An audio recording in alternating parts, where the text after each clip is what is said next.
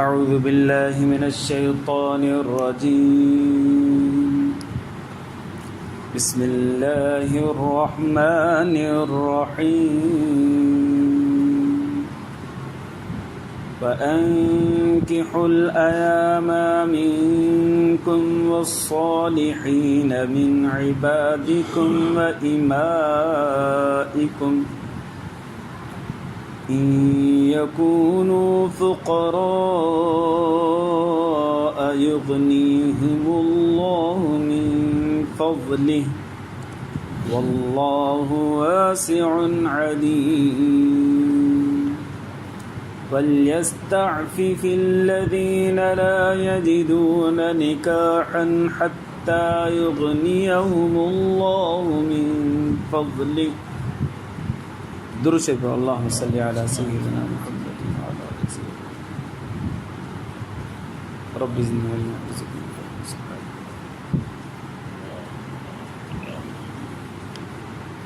मुझे मुअज़्ज़ज़ मुहतरम ऐं मुकर्रम मुजाहिद ऐं मुवाहिद भाइरो दोस्तो ऐं बुज़ुर्गो, 18 सिपारो सूरत नूर आयत नंबर 32 ऐं 33 जो हिकिड़ो हिसो मूं तव्हांजे साम्हूं तिलावत कयो आहे. इन आयतुनि जे अंदरि अल्लाह तबारक व तआला निकाह करण जी तरग़ीब अता फ़रमाई.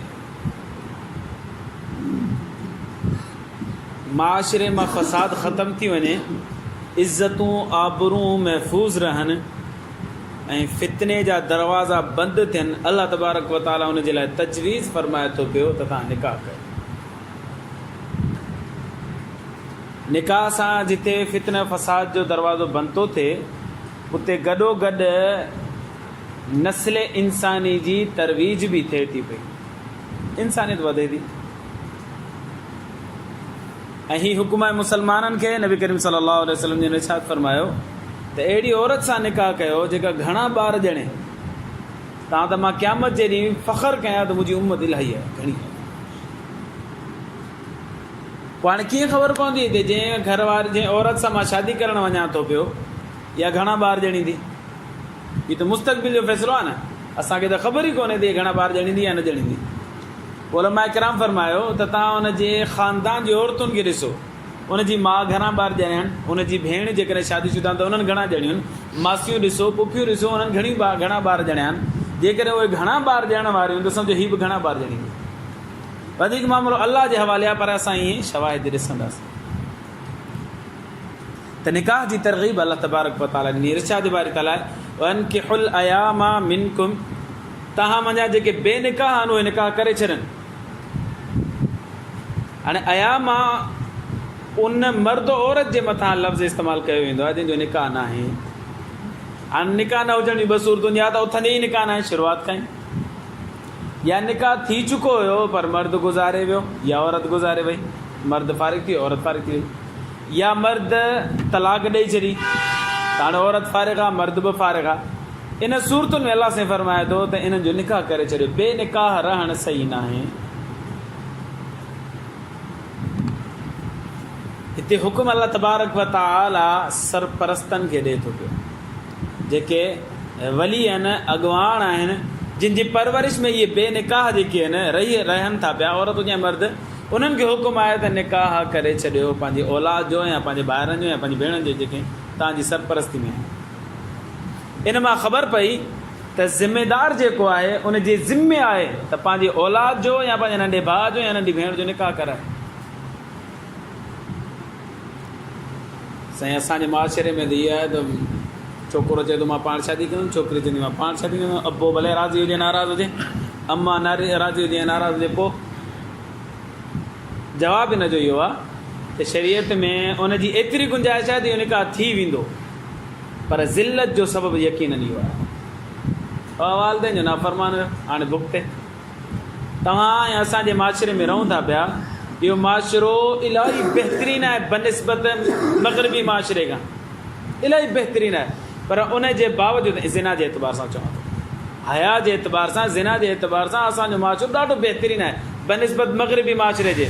पर जेके नौजवान मर्द हुजे या औरत हुजे पसंदि जी शादी कनि था पिया ऐं भॼी करे शादी कनि था, कोर्ट मैरिज कनि था पिया, उहे ज़लील ऐं ख़्वार थियनि था. यकीनन उन्हनि खे इन जो सामनो करणो पए थो, परेशानी जो सामनो करणो पए थो.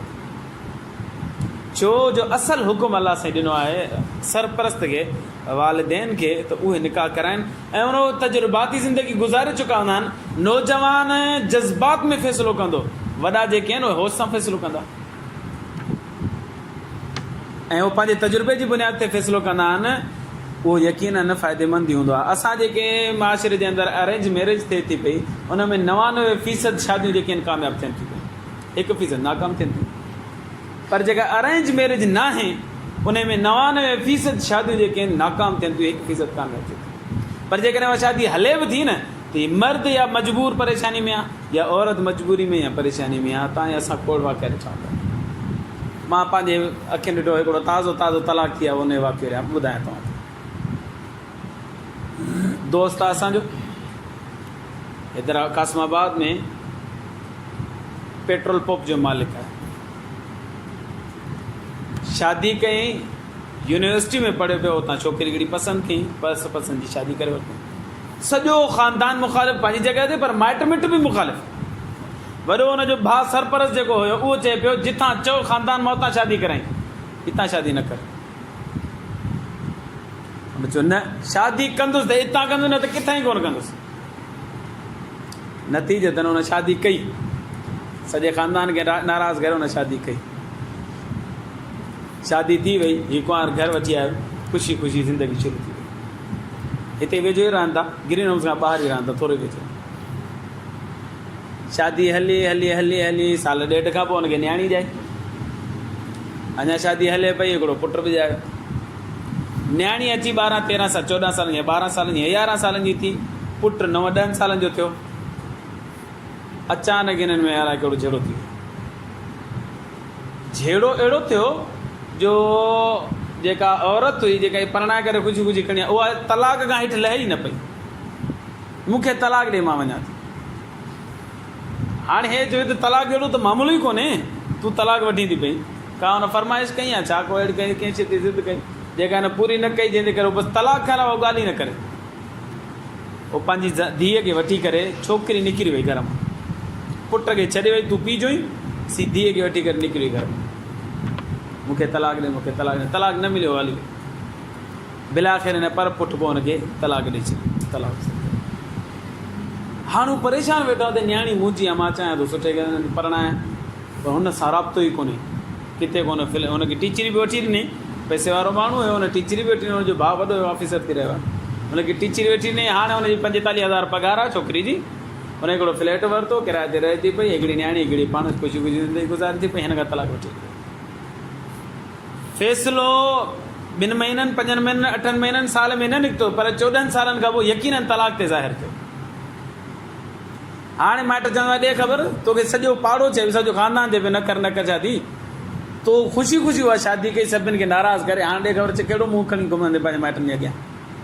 हाणे चइबो न, सही माइट चवनि पिया मूंखे शादी इहा न करणी हुई। प्यार जो परणो 2 ॾींहंनि में तलाक थी वियो। असांजे पाड़े में SRTC वेझो हुते वेझो 2 ॾींहंनि में तलाक थी वई। ख़ुशी ख़ुशी छोकिरो बि विड़े थो, हुन माइटनि खे चयो शादी न कराईंदो, घर जा थां बंदो, हिते ई शादी कंदुसि। छोकिरी वो न कराईंदो, हिते घर में झेड़ो अथव या भॼी वेंदसि मां। ऐं छोकिरी वारा चवनि त इज़त ख़राब थी थी, बाबा करायो शादी। शादी कराइण 2 ॾींहंनि खां पोइ तलाक थी वई। मां हींअर वेहां न ॿुधाइण ते, जेके असांजे इर्द गिर्द पसगिर्द आहिनि, त तव्हां परेशान थींदो, मोली साहिबु कहिड़ो टॉप खणी वेही रहियो आहे। बाबा पंहिंजे ॿारनि खे जीअं जवानी में क़दम रखनि, उनखे तरक़ी बि ॾियो। त बाबा अरेंज मैरिज ई असांजे माशरे जो हिसो आहे, इन खां अलावा सॼी ज़ुल्म आहे, बेकार कमनि।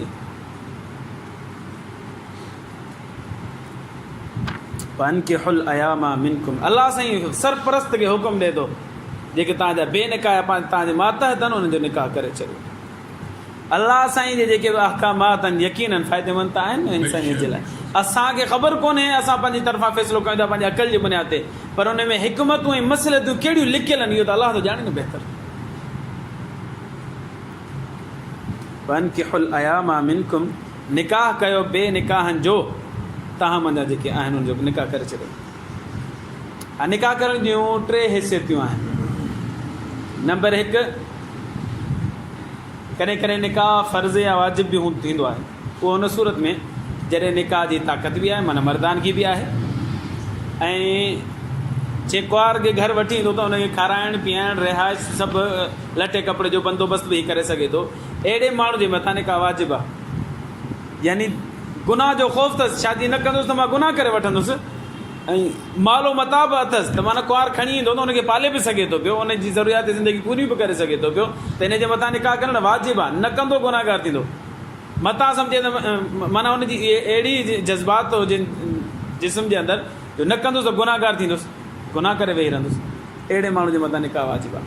नबी करीम सल्लल्लाहु अलैहि वसल्लम ॾे हिकिड़ो साहबी सॻो हज़रत उकाफ़ रज़ी अलाह ताला अन्हु, मुस्नद अहमद जी रिवायत आहे। पोइ अचे साईं जे साम्हूं वेठो, साईं जन फरमाए शादी अथई? जो न असांजी शादी कोन्हे।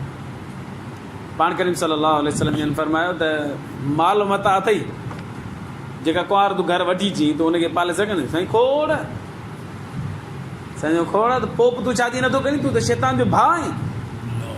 नबी सल्लल्लाहु अलैहि वसल्लम ने फरमायो तूं त शैतान जो भाउ आहीं, तुम्हें ताक़त बि आहे, पैसो बि आहे, पोइ बि शादी कोन थो करीं, तूं शैतान जो भाउ आहीं, शादी कर। इन मां ख़बर पवे थी त माना जेकॾहिं जिस्मानी ताक़त जवानी खे माण्हू पुॼी चुको आहे, ताक़त बि आहे ऐं पैसो बि आहे, पोइ बि शादी नथो करे सघे, नथो करे, त इहो नबी सल्लल्लाहु अलैहि वसल्लम फरमायो शैतान जो भाउ, गुनाह में मुलविस थी। हा, बाक़ी जेकॾहिं माण्हू पंहिंजे माण्हू जे मथां कंट्रोल अथसि, गुनाह में मुलविस नथो थी सघे, पोइ पैसो अथसि, पंहिंजो पाण ते कंट्रोल बि अथसि, मां गुनाह में मुलविस कोन थींदुसि, त इन माण्हू जे लाइ सुन्नत आहे त निकाह करे। नबी सल्लल्लाहु अलैहि वसल्लम फरमायो निकाह मिन सुन्नती, निकाह मुंहिंजी सुन्नत आहे। उन माण्हू जे लाइ जेके पंहिंजे जज़्बात जे मथां कंट्रोल आहे, पंहिंजी जवानी जे मथां कंट्रोल आहे, माल मताब अथसि, हाणे करे थो त सुन्नत अमल अदा कंदो। बाक़ी हिकिड़ो माण्हू आहे जंहिंजी जे अंदरि सफ़ा ताक़त ई कोन्हे, पैसो बि अथसि, माल मताब ताक़त कोन अथसि, त इहो माण्हू जेकॾहिं निकाह कंदो इहो गुनाहगार। ताक़त कोन्हे, ॿिए जी ज़िंदगी ख़राबु छो थो करे? मुफ़्ती शफ़ी साहिबु लिखियो आहे या त इन जे मथां शादी करणु हराम आहे या मकरूह आहे, जाइज़ न आहे, हिनखे इजाज़त कोन ॾींदा शादी करे, जेसीं पंहिंजो इलाज कराए वठे, कुझु ताक़त अची वञे पोइ शादी करे। निकाह जो जेको मक़सदु ऐं नतीजो आहे उहो हासिलु थिए, उहो न आहे, नथो हासिलु करे सघे, हिनखे ख़बर आहे निकाह न करे। इहे टे दर्जा निकाह जा रखिया वञनि था। वन की हुल अयामा मिनकुम, अलाह से फरमाए थो पंहिंजा मातहत जेके तव्हांजा आहिनि उन्हनि जो निकाह कयो, निकाह न थियनि त सरपरस्तनि खे अलाह से हुकुम अता फरमाए। वसालिहीन मिन इबादिकुम व इमाइकुम, वरी ही ॿियो सरपरस्त आका जेके चऊं, इन जे मातहत ग़ुलाम आहिनि, हींअर दौर ग़ुलामनि जो कोन्हे, या औरतूं कनीज़ आहिनि, हींअर दौर कनीज़नि जो बि कोन्हे। अॻे दौर में माण्हू हिकिड़नि इलाइक़नि ते फतह हासिलु कंदा त हुननि जूं औरतूं कनीज़ करे छॾींदा हुआ, हुन जा मर्द जेके आहिनि ग़ुलाम करे छॾींदा हुआ। अलाह साईं फरमाए थो जेकॾहिं उहे साले आहिनि, मर्द ग़ुलाम या औरतूं ग़ुलाम जेके आहिनि साले आहिनि, त उन्हनि जा बि निकाह करे छॾियो, ईअं रखियो न हुनखे। ग़ुलाम मुंहिंजी ख़िदमत जे लाइ सॼो ॾींहुं वक़फ़ आहे, पर हुनखे जवानी आहे, जज़्बात आहिनि, हुनजी ख़्वाहिश आहे त मां शादी कयां, ऐं ग़ुलाम हुनखे शादी नथो करणु ॾिए। अलाह सां फरमाए न न, हिनखे इजाज़त ॾे, शादी कराए छॾे। जेसि ताईं मालिक इजाज़त न ॾींदो हुनजो निकाह ई कोन थींदो। औरत आहे, हुनखे ज़रूरत पंहिंजी पूरी करणी आहे, मर्द आहे, हुनखे पंहिंजी ज़रूरत पूरी करणी आहे, पर आहे ग़ुलाम, मालिक जे हवाले आहिनि। अलाह सां फरमाईंदो हिनखे हुकुम ॾियो, हिनजी शादी करायो, आका खे हुकुम आहे। भई के अहिड़ा माण्हू आहिनि जो साईं पैसो आहे ई कोन, जवानी त आहे पर पैसो ई कोन्हे, हाणे छा कजे? अलाह साईं फरमायो रिश्तो तइ थिए थो पियो ऐं केरु ॾियण वारो ॾिए बि थो न त शादी करे छॾ। हे अजीब फ़लसफ़ो अलाह साईं बयानु करे। असां चवंदा शादी तेसीं कोन थींदी जेसीं छोकिरो पंहिंजे क़दमनि ते न बीह रहे। इहो क़ुर जे सफ़ा मुख़ालिफ़त ॿुधो अलाह साईं सूरत नूर आयत नंबर 32 में अलाह साईं फरमाए छा थो फरमाए? अलाह साईं फरमाए थो ईअं कूनू फ़ुक़रा, जेकॾहिं तव्हां फ़क़ीर आहियो, साईं ग़रीब आहियां पैसो कोन्हे, अलाह साईं फरमाए निकाह कयो, जेकॾहिं तव्हां फ़क़ीर आहियो, युग़नीहिमुल्लाहु मिन फ़ज़ली, अलाह पंहिंजे फ़ज़ल सां तव्हांखे मालदार करे छॾे। माना अमीर थियण जा जेके वज़ाइफ़ आहिनि या असबाब आहिनि या तरीक़ा आहिनि, उन्हनि मां हिकिड़ो तरीक़ो निकाह करण बि आहे। ईअं न त मां ग़रीब आहियां त मां कोन, हा एतिरो हुजे, घटि में घटि एतिरो हुजे जो 2 वक़्त जी मानी घरवारी खे तूं खाराए सघी, हिकिड़ो कमिरो हुनखे अलॻि रहाइश जे लाइ ॾेई सघी, एतिरो हुजे निकाह करे छॾे। वधीक दौलत अलाह तबारक व तआला ॾे। नबी सल्लल्लाहु अलैहि वसल्लम अली साईं खे सॾु कर, अली मां नियाणी तोखे ॾियां थो पियो, घर अथई?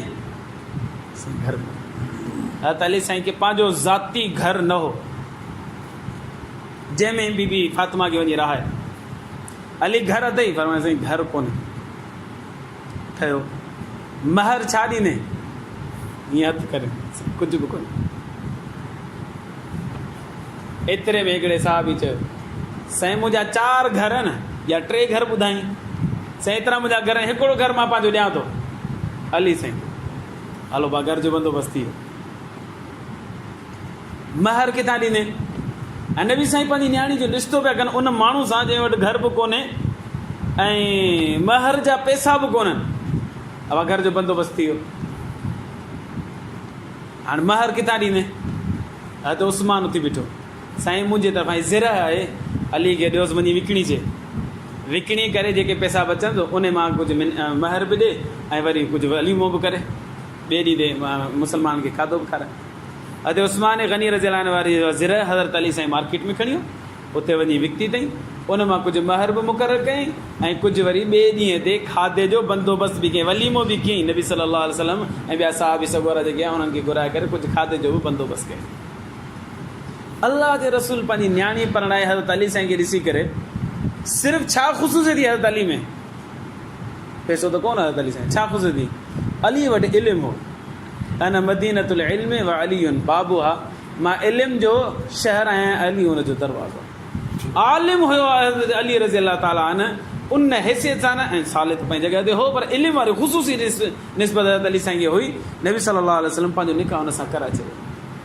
बीबी फातिमा रज़ी अल्लाह अन्हा खां पुछी, नबी सल्लल्लाहु अलैहि वसल्लम जन पुछो तुंहिंजो निकाह अली सां थो करायां, राज़ी आहीं तूं? त बि हज़रत अली साईं जो कदु थोरो नंढो, फरमाए साईं हो त कद जो नंढो आहे। नबी सल्लल्लाहु अलैहि वसल्लम फरमायो कद जो नंढो आहे, इल्म जो वॾो आहे। क़बूल अथई, मूंखे पसंदि आहे। बीबी फातिमा फरमाया साईं तव्हांखे पसंदि आहे त मूंखे बि पसंदि आहे। निकाह थी त मायार मालो दौलत न आहे ॾिसणो, मायार साले हुजणु, नेक हुजणु, इल्मु हुजणु ॾिसणो आहे। वनकिहुल अयामा मिनकुम, अल्लाह साईं फरमाए इन यकुनु फुक़रा युगनीहुमुल्लाहु मिन फज़ली, तव्हां फ़क़ीर हूंदव न अल्लाह पंहिंजे फज़ल सां गनी करे सघे। अली साईं वटि कुझु बि कोन्हे, अञा निकाह थियो ई कोन्हे, अॻुवाट अल्लाह साईं सभु शयुनि जो बंदोबस्तु फरमाए छॾियो। वल्लाहु वासिउन अलीम, इहो उहो अल्लाह ऐलान करे थो पियो जेको वसी रिज़्क़ वारो आहे। रिज़्क़ जा खज़ाना खे वठनि अल्लाह जे लाइ, खोलींदो त देरी कोन थींदी। अलीम उन इल्म वारो बि आहे, कंहिंखे किथे मूंखे रिज़्क़ ॾियणो आहे उहो ॼाणे थो पियो, पाण ॼाणे थो। वल्लाहु वासिउन अलीम, अल्लाह साईं वॾे वसी इल्म वारो बि आहे, वुसअत वारो बि आहे ऐं इल्म वारो बि आहे। साईं भला निकाह जे लाइ औरत मिले ई कोन थी, हाणे छा कजे? हिकिड़ो दोस्त हो असांजो, उन खां पुछियो ॾे ख़बर शादी वादी कई? चए अधु कमु थी वियो आहे, बाक़ी अधु रहियल आहे। अधु कमु थी वियो आहे, कहिड़ो थी वियो आहे? चए मां राज़ी आहियां, अॻिलनि खे राज़ी करिणो आहे बसि। रहियल ई त अॻिलो कमु आहे, सॼो कमु। सो हाणे हीअ त मौलवी साहिबु निकाह जे लाइ राज़ी आहे, भला अॻिला राज़ी कोन, हाणे शादी थिए ई कोन्हे, हाणे छा करे? अल्लाह साईं नुस्ख़ो थो ॿुधाए, हाणे हीअं कर, भला तुंहिंजी शादी न थी, हीअं कर। वल यस्तअफ़िफ़िल लज़ीना ला यजिदून निकाहन, घुरिजे त अफ़ीफ़ करे, अफ़ीफ़ थी करे रहनि उहे माण्हू जिन खे निकाह कोन्हे, निकाह थिए ई कोन थो, करनि नथा, बल्कि पाण राज़ी आहिनि पर थिए कोन थो, किथां रिश्तो मिले कोन थो, त हुननि खे घुरिजे त अफ़ीफ़ थी करे रहनि, पाकीज़ा रहनि। छा पाकीज़ा रहनि? माना गुनाहनि खां परे रहनि। जेको बेगुनाह माण्हू, बेनिकाह माण्हू जंहिं गुनाह में मुलविस थी सघे थो पियो, अल्लाह साईं फरमाए थो उन गुनाह खां बचो। उहे कई क़िस्म जा गुनाह बचो, पोइ अल्लाह खां दुआ घुरंदा रहो, हत्ता युगनियहुमुल्लाहु मिन फज़ली, हत्ता की तव्हां बचंदा रहो, अल्लाह साईं तव्हांखे गनी करे छॾींदो, पंहिंजे फज़ल सां मालदार करे छॾींदो। मालदार खे त जल्दी निकाह मिलंदो। साईं शादी कोन्हे, पोइ उनजो वज़ीफ़ो नबी सल्लल्लाहु अलैहि वसल्लम जन फरमायो, इन गुनाह खां बचण जो तरीक़ो इहो आहे जो रोज़ो रखे न चओ।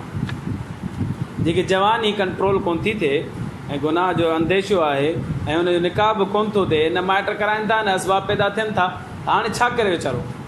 त पोइ उनजे लाइ इहो आहे, नबी सल्लल्लाहु अलैहि वसल्लम फरमायो रोज़ो रखे, घटि खाए, रोज़ो रखे, गुनाहनि खां बचनि। असां इहो मुर्शिद जेको पीर ज़ुल्फ़कार में नक्शबंदी दामत बरकातुहुल आली फरमाए पियो, मूं जेसीं ताईं निकाह न कयो, पंहिंजे हिकिड़े बयान में फरमाइनि पिया, फरमायो मूं निकाह न कयो 24 कलाकनि में हिकु दफ़ो मानी खाईंदुसि 24 कलाकनि में उहो बि असर खां बाद में हिकिड़ी मानी ऐं कुझु ॿोड़ 24 कलाकनि में खाईंदुसि बसि घटि खाइण सां बि माण्हू खे गुनाह जी तरफ़ रग़बत पेट भरियल हूंदो न पोइ चवंदो हाणे बसि ईअं अलाए छा करे छॾिया इन करे घटि खाईंदो त गुनाह जी जेका ख़्वाहिश आहे न उहा घटि थी इन लाइ नबी सल्लल्लाहु अलैहि वसल्लम जन वज़ीफ़ो हदीस मुबारक में अचे थो साईं फरमायो त जेकॾहिं निकाह नथो थिए त रोज़ो रखो सेरी हल्की कयो इफ़्तारी बि हल्की कयो न पेट भरे खाओ वरी पेट करे त ॻाल्हि साॻी थी वञे ईअं न बल्कि हल्को खाओ वरी सॼो ॾींहुं बुख ते वरी राति जो बि हल्को खाओ त उन सां छा आहे जो गुनाह जी तरफ़ मीलान कोन वेंदो रग़बत कोन वेंदी अलाह खां दुआ आहे अलाह ईमान जी ज़िंदगी अहिड़ा नौजवान असां ॾिठा पंहिंजी ज़िंदगी में जिन मुसलसल रोज़ा रखिया उन्हनि जी शादी न हुजण जे करे अलाह खां दुआ आहे अलाह ईमान जी ज़िंदगी ईमान ते